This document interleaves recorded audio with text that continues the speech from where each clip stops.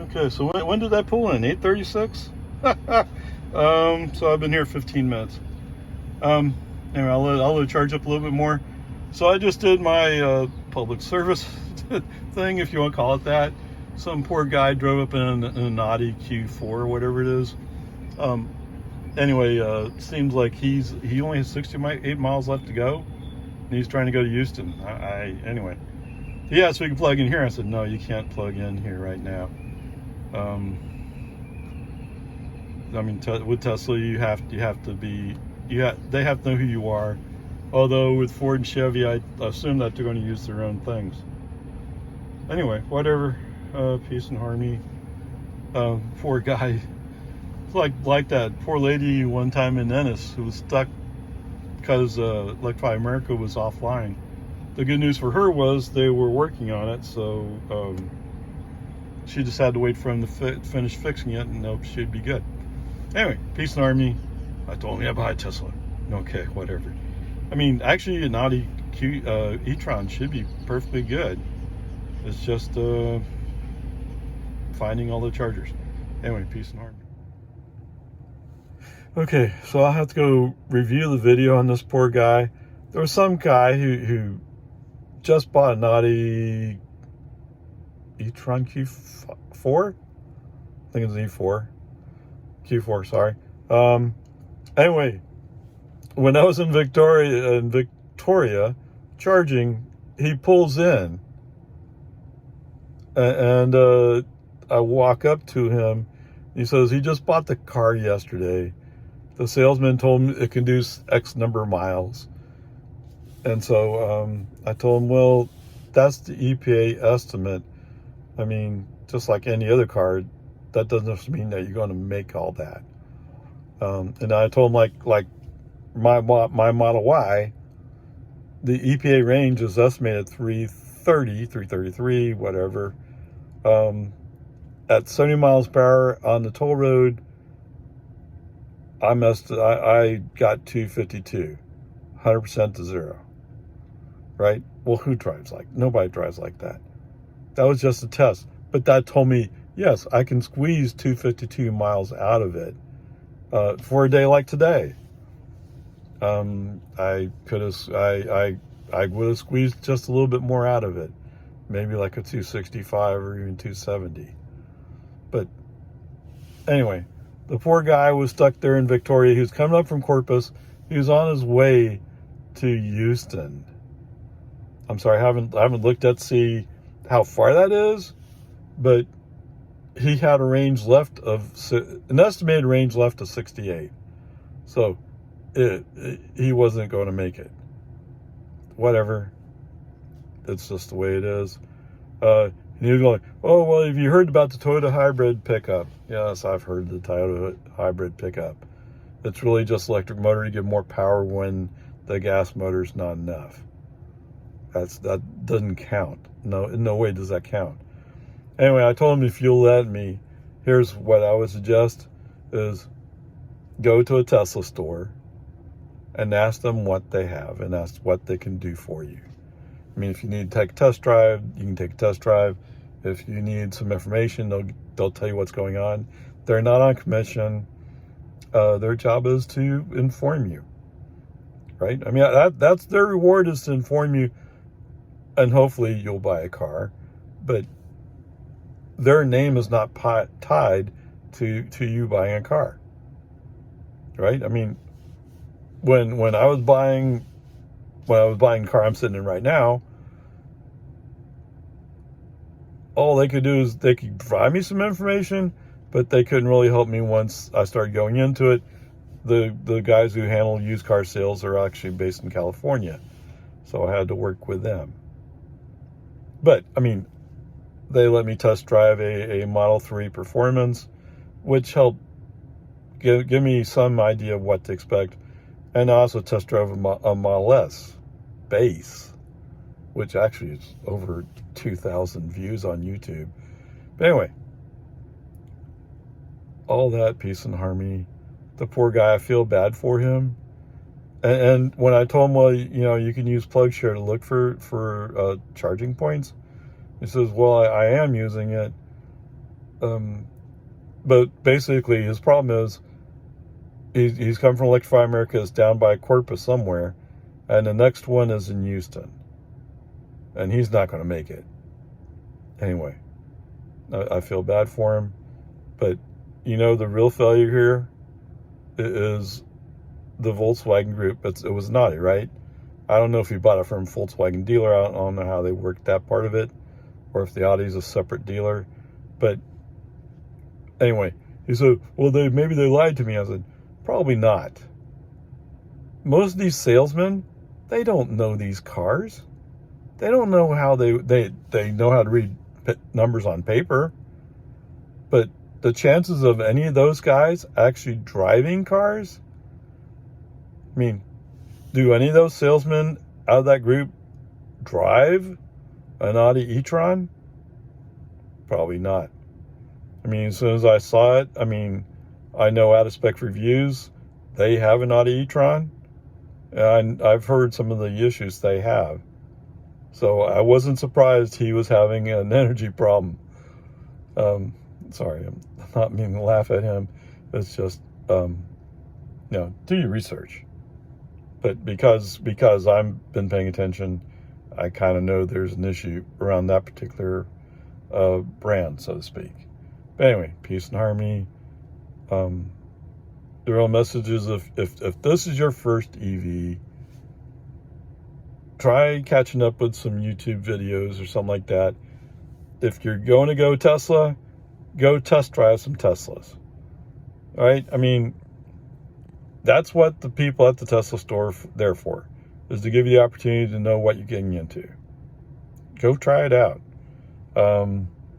If you're a little too far away for that kind of thing, check around your area. Maybe somebody has a Tesla. I tell you, if you're in my neighborhood, I'd be more than happy to take you for a ride. I'd be more than happy to explain how it works. That's how we help each other out. We just give information. Anyway, this poor guy, I feel bad for him. To tell you the truth, I have a feeling he's really more of a Model S type person, but I didn't get that far into it. I did tell him he was worried about scraping. I said, you're really looking for a Model 3 then. Model 3, Model Y. I haven't had any problem, and I told him I didn't have any problems with my Model 3, but when I got down to down by the USS Lexington, there's one road that the navigation directed me onto, this road, and it turned out it was real potholy, and so a couple of times I could hear a little scraping on the bottom. Whatever, peace and harmony. I hope this guy figures it out. I hope he goes by as in Tesla and he finds out it's the greatest thing. Oh, apparently his salesman did mention that, by the way, you can get an adapter and plug it into a Tesla. Oh, maybe he meant a destination charger. Ooh, maybe. I don't know. I know it goes the other way. I know Tesla sells a J1772 adapter. And I know Tesla sells a CCS1 adapter. Yes, I can go Electrify America. I don't know why I would, but I can. Anyway, so I told him, well, I don't know about the adapter you're talking about, but on top of that, most Tesla superchargers are plug and charge, right? So you can't just, there's a handful of places where Tesla will allow you to do charge my non-Tesla. Okay, there's a few places you can do that, and there's a few places that have something called Magic Dock, which means the adapter's already built in. You just have to say you're going to charge with a non-Tesla. I've seen people do videos. I've seen them work. To tell you the truth, now that I have 2 Teslas in my garage, I'm not really interested in any of that except to pass on information if somebody really, really needs it. But, it's not my life. But anyway, peace and harmony. I hope this poor guy figures out where he's going. What I told him was, you might have to rent a car to get where you're going. I didn't really ask him, like, well, you're going to Houston, how long are you staying? I don't know. He just bought his car. Maybe he picked up in Corpus, planning to drive it back to Houston. I don't know. But whatever. Peace and harmony. You know, just try to do some research before you commit to buying your EV. All right? Peace and harmony. So, coming back to this guy with this Audi. He said it was Electrify America in Corpus. I didn't see it on the map, but okay, whatever. He did indicate, yes, he's going to have to go from Corpus to Houston on a single charge. Okay, so I've gone back and looked it up. It's 211 miles. Sounds fairly reasonable. Would I'd be stretching my car a little bit? I mean, I could do it, yes. I could do 211 miles in the Tesla, yes. But I mean, I'd be feeling a little bit uncomfortable with the distance. But if I had a Tesla, there are 3 superchargers between Corpus and Houston. And that's the outskirts of Houston. So, I mean, anyway, whatever. So this guy had 68 miles of range left. He came from Corpus to Victoria. So that was 85 miles, more or less. And he had 68 miles range left. So he'd have problems even making it back to Corpus, well, he had. So going back and looking again, there was a Kia deal in Victoria that was listed in PlugShare. So he, in theory at least, he could plug there and charge up there. But even if he charged up there, he'd still have to drive another 126 miles to make it to South Houston. There is Electrify America at Walmart Southwest, South Central. I forgot exactly where. Pearland, whatever you say. All right. Anyway, so I mean, even if he was able to make it over to the Kia dealer, if he was able to make it to the Kia dealer, charge back up at the Kia dealer, he probably could have made Houston if he drove conservatively. So anyway, these are just the education things that you have. I mean, if you search around YouTube, you find some stuff, but none of it really lays out what to fully expect. I mean, you can read between lines and figure it out, but a lot of guys who are doing across the countries, they're planning on stopping every hour, maybe 2 hours, because that's as far as their range is going to get them at speeds they're going. Anyway, whatever. 211 miles. So I just thought I'd update. That's what he was facing, and so normally I would have told him to, well, drive 55. Conserve a little bit of energy. Even if he drove 55, I don't know if we'd get him back to Corpus. I mean, looking at what the numbers are. So, wow, I mean, okay. So anyway, yes, if you're buying a car from a dealership, you would think that dealership would provide some information. I can tell you, when you go to a Tesla store, they do have a series of videos that are supposed to introduce you to your car. I don't know that they really talk about the range so much, but they do talk about how to search for chargers and stuff like that. I don't know. I feel even worse for this poor guy, because what is he going to do? I don't know. I mean, I did have him convinced that, he should go talk to Tesla and at least see what Tesla has. If you had a Model S, I wouldn't even think twice about taking a Model S on this trip. And to be fair, I'm in a Model 3 Performance. I wouldn't even thought twice. I mean, I would check the route, but it would pop up with a supercharger somewhere in between, and I'd be fine. I wouldn't have any problems. So Yeah, I don't know. So, to wrap this back around, it's been, it has been bugging me for a day. That is, there has to be something more positive come out of this than just saying, don't buy an Audi. Don't buy from Volkswagen Group. I mean, to be fair, if they had the charging infrastructure to handle it, that car would have been fine. Would have been a nice car to do this trip in. From what I know anyway. And to be fair, I mean, before I went to EV, I had a Jetta and I had a Tiguan at one point. Anyway, peace and harmony.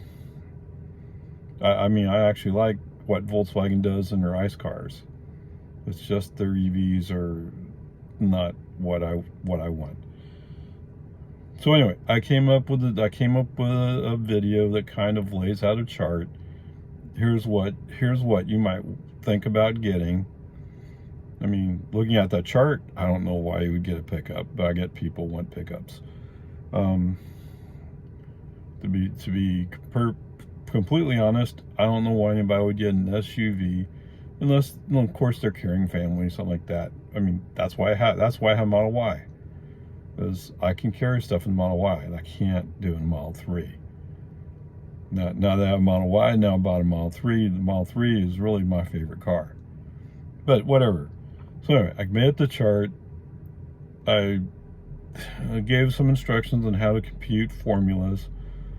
And the purpose is to kind of get an idea of what you can expect from a car before you buy it. Right? If you test drive a car, if you can capture the watt hours per mile, and you can capture what the usable kilowatts are, you can compute what you might realistically be able to get. Now, one thing to keep in mind is EVs are the opposite of gas or ICE cars. ICE cars get better mileage in the city and worse mileage on the highway. Is that right? No, it's actually the opposite. I'm sorry. Anyway, they get better mileage on the highway. Why? Because they're not constantly stopping and starting. Whereas in the city, they're constantly stopping and starting. The engine's running the whole time, so there's a lot of time when the engine's not being used in an efficient way. Electric cars are the opposite. In the city driving, the stop and go, what happens when you come up to a traffic light? Well, the engine's not running, right? I mean, the motor. So you're saving that energy.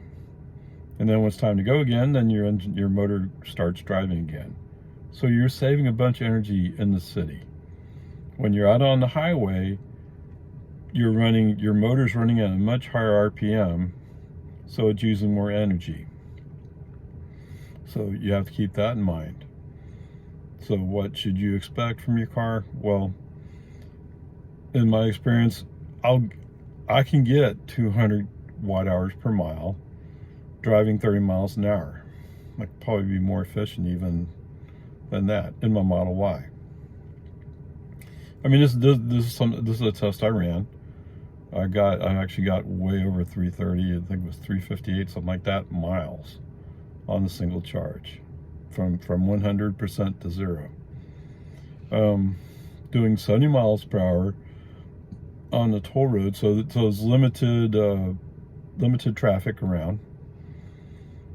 I got a 252 without the aero caps on. So with my Model Y, yes, I have the long range comes with these caps that are meant to make it more aero. I found the difference was like 12 miles range or something like that, so they're off. Okay, so anyway, so 250, 100 to 0 I can do. Now, is that, what do I want to say? Is that what, that's in no way reflective of what the EPA estimate is. And the EPA estimate no longer separates that city and highway. I don't know why. I guess it's not quite as interesting anymore, but whatever it is, right? It doesn't matter what the EPA estimate is. It doesn't matter what the salesman is telling you you can do. What matters is what, in your experience, you can actually accomplish. And hopefully this chart gives you some kind of basis to make a guess as to what you can experience, right? I mean, that's what we're trying. That's what we all need. We all need some basis for our decision making. So hopefully this helps out.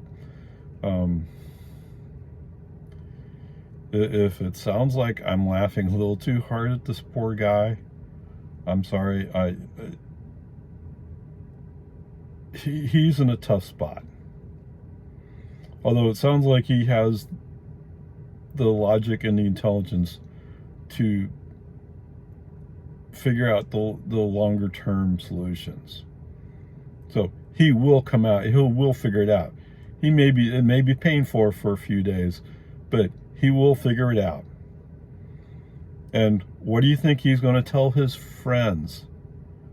You guys over there in Germany, in the Volkswagen group, what do you think he's going to tell his friends? What are they going to tell their friends? Right? And here I am, I'm putting this on YouTube. So there are people going to see this too. And what are they going to see? They're going to wonder if Audi's any good at all. And I'll tell you right now, I think the car itself, perfectly adequate. What let this car down was the charging network.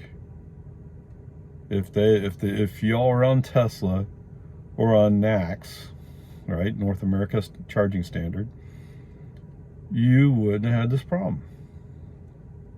Plain and simple. So, I mean, you can either make an emotional decision or you make a business decision. So for all you who are watching this video and you're trying to figure out what it is you want to do, don't interpret this as I'm knocking the car itself. I used to have a Jetta parked in my garage, right here where my Model 3 is parked now. I used to have a Jetta. For me, that Jetta was smaller. It was nicer. It was better built. It's just the drive technology. The drive technology let that car down. And that's why it's not here. But for somebody else, it'd been a perfectly great car. And I'm hoping whoever ended up with that car, that they're happy, because it's a good car. But is it a Tesla? No. Doesn't have Tesla motors, doesn't have Tesla battery, doesn't have Tesla software. And the number one feature, if you ever come across the interview with Opa Ray, number one thing is the superchargers. It's the superchargers. I mean, from my personal perspective, I don't know why you'd pick anything else. Although I get it. Some people, they don't want to do the direct from Tesla thing. I get it. You want to go buy from a dealer. Believe me, I bought enough from dealers. I don't want to deal with dealers anymore if I don't have to. If you want to support dealers, that's fine. That's your decision. Okay, whatever, peace and harmony. The real bottom line of all this, and this is going to be a long video, but the bottom line of this video is try to do some research. Try to know what you're getting into before you get into it. I mean, there's nothing like being stuck in a small town like Victoria without a reasonable way to either go back to where you came from or to go forward to where you're wanting to go. And I think that's where this poor guy is stuck. Okay. I mean, yes, if he had a gas car, he could pull in a gas station there in Victoria, filled up with some gas, made it up to the next town up the road, fill up with gas again. I mean, even if he had to fill up 3 times, he would have made it back. And you know what? I'm telling you, with the Tesla supercharger, I could have done the same thing. Because there were enough superchargers along the way, I could have filled up 3 times. Which would have been overkill. It's only 211 miles. Okay, anyway, peace and harmony. Good luck to y'all.